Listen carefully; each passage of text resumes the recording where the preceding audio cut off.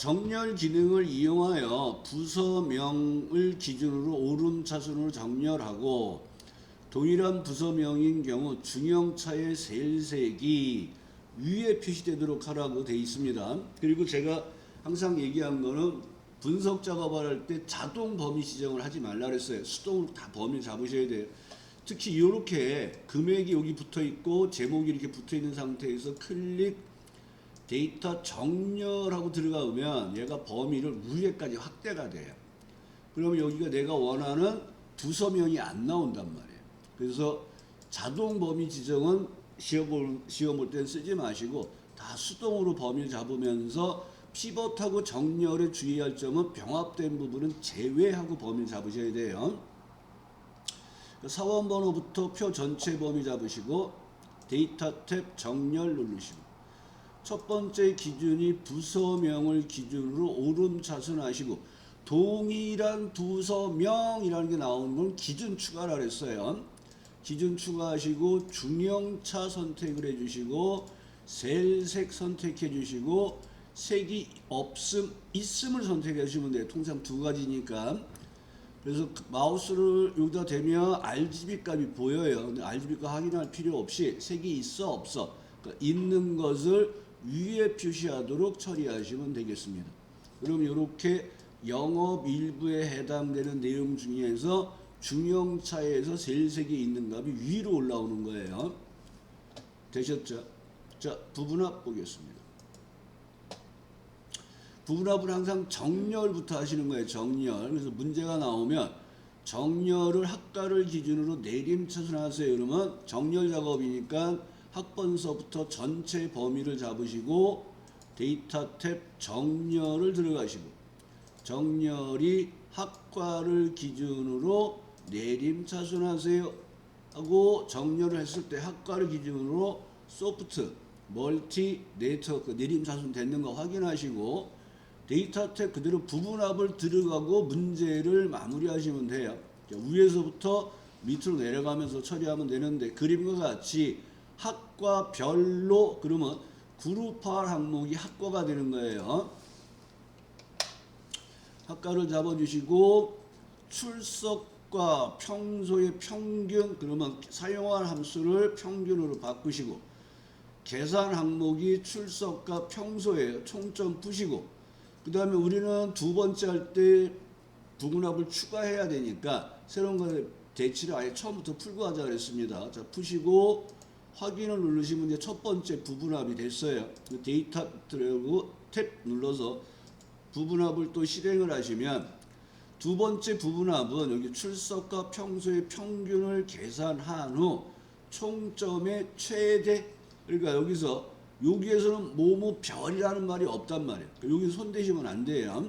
그래서 평균을 최대로 바꾸시고 출석과 평소가 계산 항목이 아니라 총점을 해달라 그랬죠. 총점의 최대.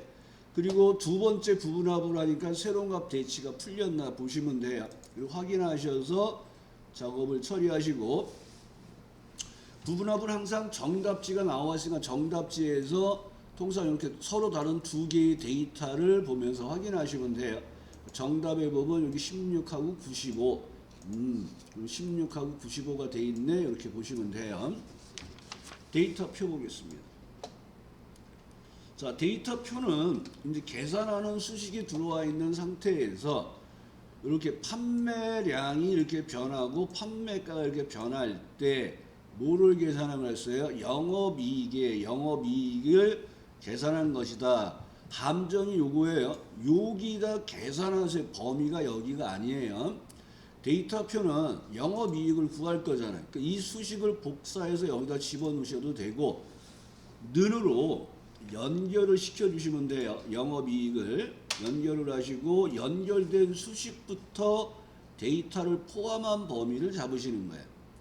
그러면 영업이익이 1800인데 판매량이 이렇게 변하고 판매가가 이렇게 변할 때 영업이익의 변화를 요 안에다가 계산해 달라는 거예요. 그래서 데이터 탭 가상분석 예측 그룹의 가상분석의 데이터 표를 누르시면 얘가 행값이 뭐야? 그럼 행값은 우리는 판매량이 돼 있잖아요. 그러니까 원식의 판매량 B3을 선택하시고 열에 입력되는 건 여기가 열에 판매가가 들어가 있어요. 그러니까 원식의 판매가가 16,000원인데 이렇게 변하고 할 때 영업이익의 결과를 표로 보여달라는 거예요. 이렇게 변수가 두 개인 것을 이중 변수라 그래. 그러니까 이중 변수일 때는 연결할 곳이 여기 한 군데뿐이 없잖아요. 그런데 단일 변수일 때가 있어요. 이렇게 단일 변수일 때는 이렇게 값이 나오는 영역에다가 수식을 연결하셔야 돼요. 그러니까 여기도 값이 나오는 영역에다가 수식을 연결하시는 거예요. 그래서 판매량 변동에 따른 영업이익의 변동을 표에다 구해주세요. 그러면 여기 값이 들어가는 영역 첫 번째에다가 는으로 영업이익을 구하는 수식을 연결해 주시고 항상 연결된 수식부터 데이터를 포함한 범위를 잡으시는 거예요. 자, 데이터 탭 가상 분석의 예측 그룹의 가상 분석의 데이터 표를 누르시고 행에 입력되는 값이 판매량이니까 원식의 판매량이 3,000이에요. 그러니까 3,000이 이렇게 변할 때 영업이익은 어떻게 돼? 그 변수가 하나이기 때문에 단일 변수 데이터 표라 그래요. 확인하시고 샵이 나오면 범위를 좀 넓혀 주시면 되겠죠. 그 다음에 이제 판매가 변동에 따른 영업이익의 결과를 여기에다 계산하라 그래. 그럼 계산하는 영역 위에다가 는으로 영업이익을 연결하시고 연결된 수식부터 데이터를 포함한 범위를 잡으시고 데이터 탭 가상 분석의 데이터표 행값은 없어요. 얘는 열값이 판매가가 있어요. 그러니까 원식의 판매가가 16,000원이에요. 그러니까 얘가 이렇게 변할 때 영업이익은 어떻게 될까를 데이터표로 보여주는 거예요. 그래서 빈도는 적지만 이 문제 하나하나가 10점짜리이기 때문에 꼭 기억을 해 주셔야 돼요. 자, 목표값 넘어가겠습니다. 자, 목표값은 결과값의 변동에 따른 입력값을 알기 위해서 사용하는 거예요. 그래서 문제에서 항상 결과값과 입력값과 목표값을 구분하셔야 돼요. 자, 목표값 기능을 이용하여 고객별 적금 만기 지급액에서 권역수라는 사람이 여기 있어요. 권역수가 만기 지급액이 얘가 지금 744만 7천원인데 얘가 800만 원이 되고 싶어요. 그러니까 얘가 결과값이고 목표값이 800만 원이 되는데 납입 기간이 지금 24개월인데 얘가 얼마가 되면 될까를 알고 싶은 거예요. 그래서 여기를 입력값, 여기를 결과값. 그러니까 목표값 찾기는 결과값에다 포인트 넣으시고 데이터 탭 가상 분석에 목표값 찾기 들어가시고 자, 수식셀은 28이 되겠죠. 그리고 찾는 값이 8 빵빵빵 빵빵빵 동그라미 개수 잘 맞춰 놓어 주시고 값을 바꿀 셀이 입력 셀이란 말이에요. 그래서 클릭하시면 여기서 질문을 했던 게 절대 주소, 상대 주소 신경 쓰지 마세요. 분석 작업할 때는 선택되어져 들어오면 상대가 뜨고 내가 직접 선택하면 절대로 들어가는 것 뿐이에요. 그래서 확인하면 얘가 800만 원이 되기 위해서는 26개월을 납입한다고 되어 있네요. 그래서 확인하면 확정되는 거고 취소하면 다시 원 상태로 들어갑니다. 이게 목표값 찾기예요. 요거의 반대 개념이 시나리오예요. 시나리오. 얘는 입력값 변동에 따른 결과값을 알기 위해서 사용하는데 시나리오가 나오면 이름 정의부터 하시는 거예요. 여기 이름 정의. B18에는 세율 클릭하시고 이름 상자에다가 세율이라고 쓰시고 그리고 엔터. 그 다음에 G7 클릭하시고 소개 1월. 근데 얘가 봤더니 소개 2월, 소개 4월이라는 이름을 계속 사용하니까 첫 번째 이름 쓴 걸 복사하시고 엔터를 한 다음에 G12 클릭하시고 컨트롤 V로 붙인 다음에 이를 2라고 쓰시고 엔터. 그 다음에 G16 클릭하시고 이름 상자에다 컨트롤 V 3이라고 쓰고 엔터. 그리고 이제 문제를 읽으면서 여기서도 시나리오는 입력값 변동에 따른 결과값의 변동을 새로운 보고서를 시나리오 보고서를 뽑아내는 거예요.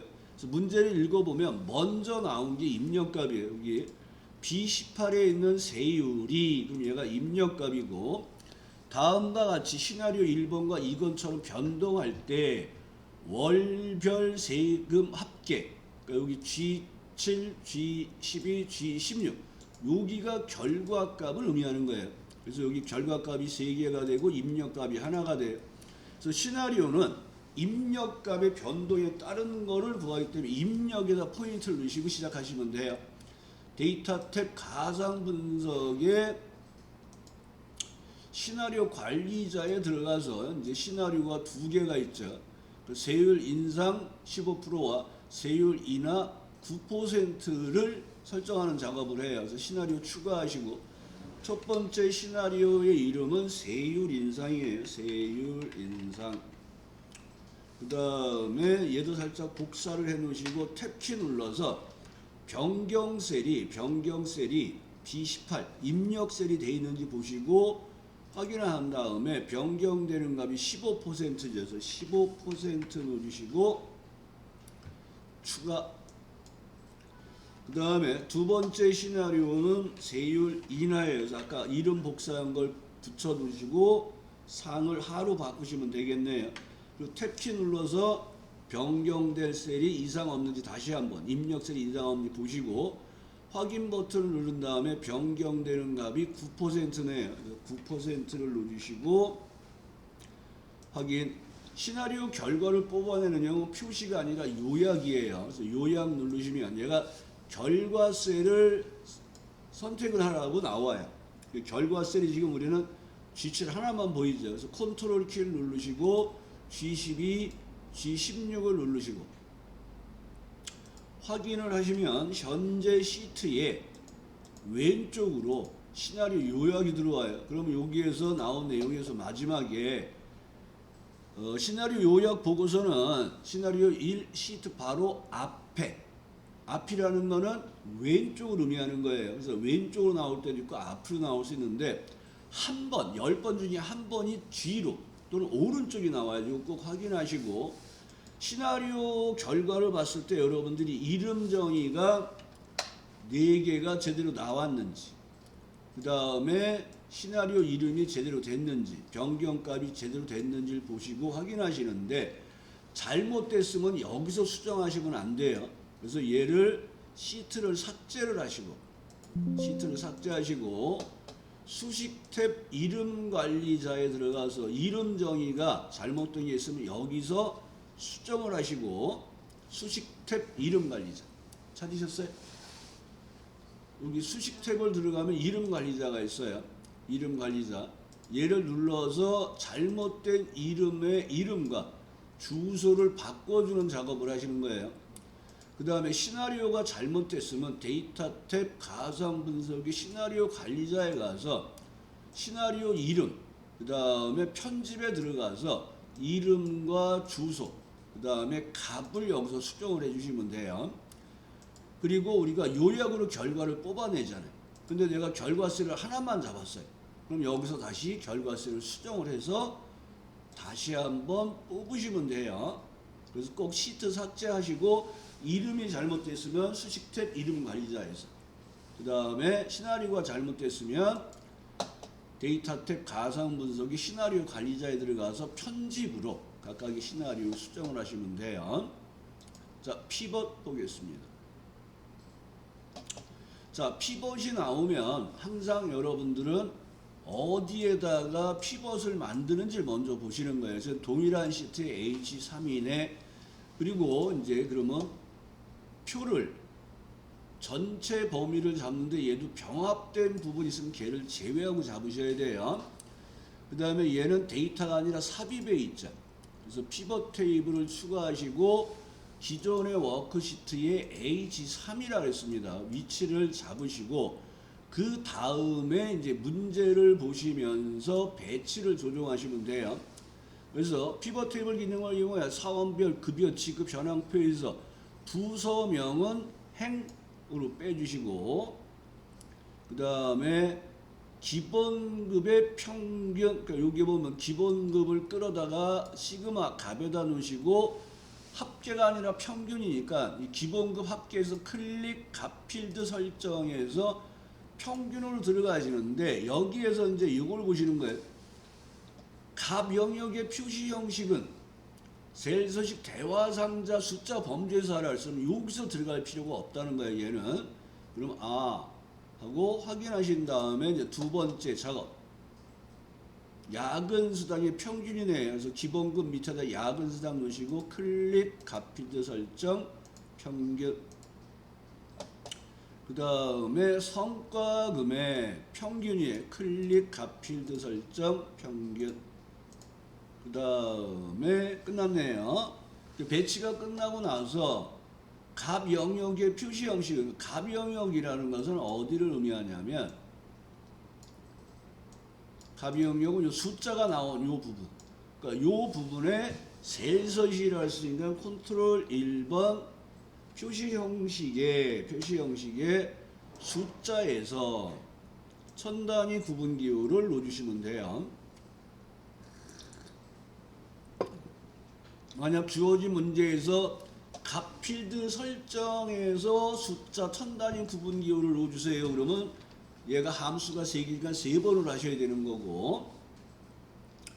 그 다음에 피벗 테이블 스타일. 그러면 피벗 테이블 스타일. 그럼 항상 리본 메뉴 서식이라는 부분이 있어요. 리본 메뉴 서식이나 디자인.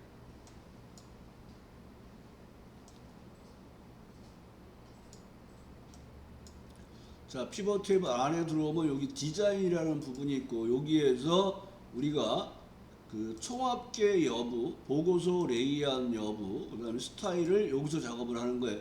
그래서 여기 피벗 스타일 보통이 9번이니까 자세히 하고 보통이 중간이에요. 중간. 그 두 번째 줄 두 번째. 피벗 테이블 스타일 보통이 9번을 눌러주시면 여기 스타일이 적용되는 형태예요. 되셨어요?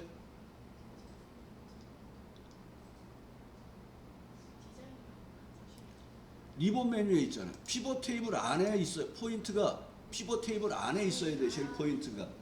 딴 데가 있으면 안 나오는 거예요. 그 디자인에서 보통 9번. 되셨어요?